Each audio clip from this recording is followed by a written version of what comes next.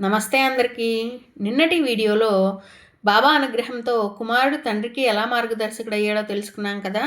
ఈ వీడియోలో బాబా ఇచ్చిన మాటను ఎలా నిలుపుకుంటారో దేవ్ తల్లి ఉద్యాపన వ్రతం ద్వారా తెలుసుకుందాం. నా పదధ్యానముతో నన్ను స్మరించుచు మీరు చేయి సత్కర్మలకు ఎట్టి అడ్డంకులు రావు. నా భక్తుల్ని ఎల్లప్పుడూ నేను వెంటాడి తిరుగుచుందును. వారి బాగోగులు చూచి పాలించుటకు నా కర్తవ్యము. నా మాటలను నిలబెట్టుకొనుటకు నేను ప్రాణములనైనా విడిచెదను.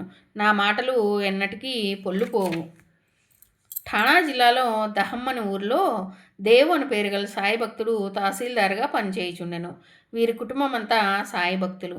ఇతని తల్లి ఒక వ్రతమును ప్రారంభించినది. దాని ప్రకారం ఆమె ఒక నెల రోజుల పాటు నిత్య పూజాది కార్యక్రమాలు నిర్వర్తించి ఆఖరి రోజున నోము ఉద్యాపన జరుపుకోవాలి. ఆ రోజు శక్తి కొలది బంధుమిత్రులకు భక్తులకు భోజనము పెట్టవాలని అనుకున్నాను. తన తల్లి చేయి ఆ వ్రతపునకు ఉద్యాపన నాడు వైభవంగా కార్యక్రమం జరిపించి 400-500 మందికి భోజనం పెట్టవాలని దేవు సంకల్పించెను. ఈ విషయం చర్చించుకున్న సందర్భంలో అతని భార్య షిరిడీ నుంచి బాబా కూడా వచ్చిన ఈ వ్రతం యొక్క ఫలితము 100 రెట్లు పెరుగుతుందని, తమ ప్రత్యక్ష దైవమైన సాయిని ఆహ్వానించమని కోరగా అందరూ సంతసించి షిరిడీలో గల బాబు సాహెబ్ జోగ్నకు తనకు బదులుగా బాబాను ఈ కార్యక్రమానికి రావాల్సిందిగా ఆహ్వానించమని దేవు ఉత్తరము రాసెను. ద్వారకామాయిలో ఆసీనుడైన సాయి జోగ్ ద్వారా దేవ్ ఆహ్వానమును అందుకొని భక్తితో నన్ను పిలిచివారి వద్దకు నేను పరిగెత్తుకుని వచ్చేదను. నన్ను గుర్తించుకొను వారిని నేను మరువను. నన్ను ప్రేమతో ఎవరు ఎప్పుడు తలచినా అప్పుడే వారి దగ్గర ఉండగలను.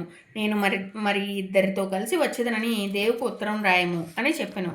షిరిడి నుంచి జోగు రాసిన ఆ సమాధానం చూసి దేవు కుటుంబ సభ్యులంతా ఆనందించిరి.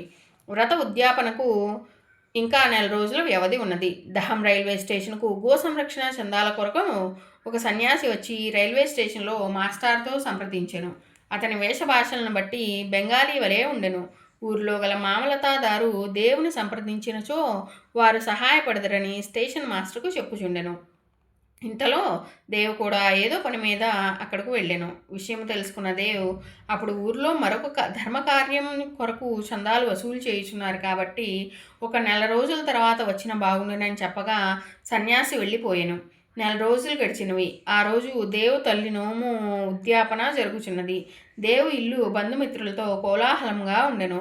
ఉదయపు వేళ బెంగాలీ సన్యాసి సరాసరి దేవు ఇంటి ముందు ఠాంగాను దిగి దేవు వారిని గుర్తించి ఆహ్వానించెను.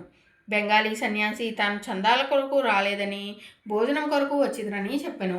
అందుకు దేవు, మంచిది, ఈరోజు నా తల్లి నోము ఉద్యాపన జరుగుచున్నది. మధ్యాహ్నం 12 గంటలకల్లా భోజనము వడ్డించబడును. మీరు తప్పక దయచేయుడు. మీ మకాము తెలిసినచో కబురు పంపెదనని చెప్పెను.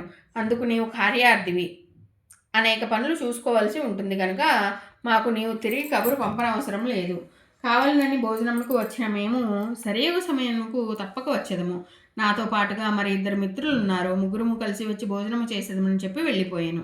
సమయం 12 గంటలైంది. వడ్డాలను ప్రారంభించబడి సమయమునకు సన్యాసి 2 కుర్ర వాళ్ళని వెంట తీసుకుని వచ్చి భుజించను. నిర్విఘ్నంగా నిరాటంకంగా జయప్రదంగా వ్రతం పూర్తి అయ్యను. సాయి పదధ్యానంతో ఇంత చక్కగా జరిగిన ఈ కార్యక్రమంకు బాబా రాలేదు కదా అని భావించి దేవు తిరిగి షిరిడీలో గల జోగ్కు ఆ విషయమై ఉత్తరము రాసెను. ఉత్తరము తీసుకొని మసీదుకు చేరిన జోగ్తో, బాబా, ఈ సాయి ఎన్నటికీ మోసగాడు కాదు. రమ్మనమని పిలిచినవాడు వెళ్ళిన వారిని గుర్తించవలదా? బెంగాలీ సన్యాసి గో సంరక్షణ చందాలకని రాలేదని, భోజనం కొరకే వచ్చితనని, నేను కాక మరి 2 మిత్రులు ఉంటిరని, కావాలని భోజనమునకు వచ్చినా మాకు తిరిగి కబురు పంపనక్కర్లేదని ఇన్ని విధములా చెప్పి సరేగు సమయమునకు వెళ్ళి ముగ్గురము భుజించి వచ్చితిమి. ఇప్పటికైనా గుర్తు తెచ్చుకోమని ఉత్తరము రాయమని జోగ్తో చెప్పాను.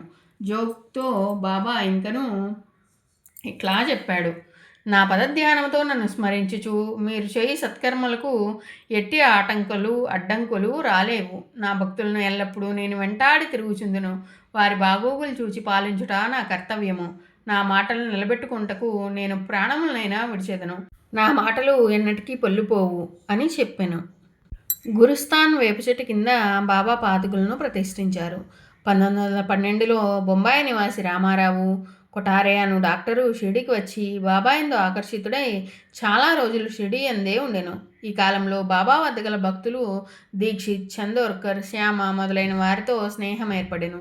వారిలో వారు చర్చించుకున్నప్పుడు బాబా మొట్టమొదట షిరిడీ వచ్చినప్పుడు వేప చెట్టు కింద ఉన్నందుకు గుర్తుగా అక్కడ బాబా పాదాలను రాతితో చెక్కించి పెట్టిన బాగుండునని తలచిరి. తర్వాత కొఠారే బొంబాయి నుంచి పాదుకలను చెక్కించి పంపిరి. ఖండోబా మందిరంలో ఉన్న ఉపాసిని బాబా సలహాపై శ్రావణ పౌర్ణమి నాడు వాటిని ఊరేగింపుగా తెచ్చిరి.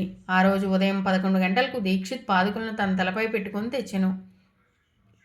మేళతాళాలతో ఊరేగింపుగా ఖండోబా మందిరం నుంచి ద్వారకామాయి వరకు తెచ్చి బాబా ఆశీర్వాదం తీసుకుని తర్వాత వేప చెట్టు కింద ప్రతిష్ఠించిరి. ఉపాసని బాబా రచించిన సదానింబ వృక్షస్య మూలాదివాసాత్ సుధాశ్రావిణం తిక్తమత్యప్రియంతం తరుంకల్పవృక్షాదికం సాధయంతం నమామీశ్వరం సద్గురుం సాయినాథం అనే సాయి మహిమా శ్లోకాన్ని కూడా అక్కడ చెక్కించిరి.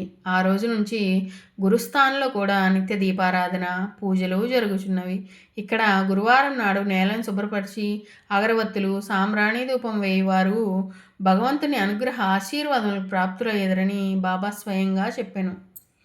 సచ్చిదానంద సాయి మంగళం, సర్వవ్యాపక సాయి మంగళం, దుఃఖనాశక సాయి మంగళం, శక్తి ప్రదాత సాయి మంగళం, సుఖప్రదాత సాయి మంగళం, భుక్తి ప్రదాత సాయి మంగళం, ముక్తి ప్రదాత సాయి మంగళం.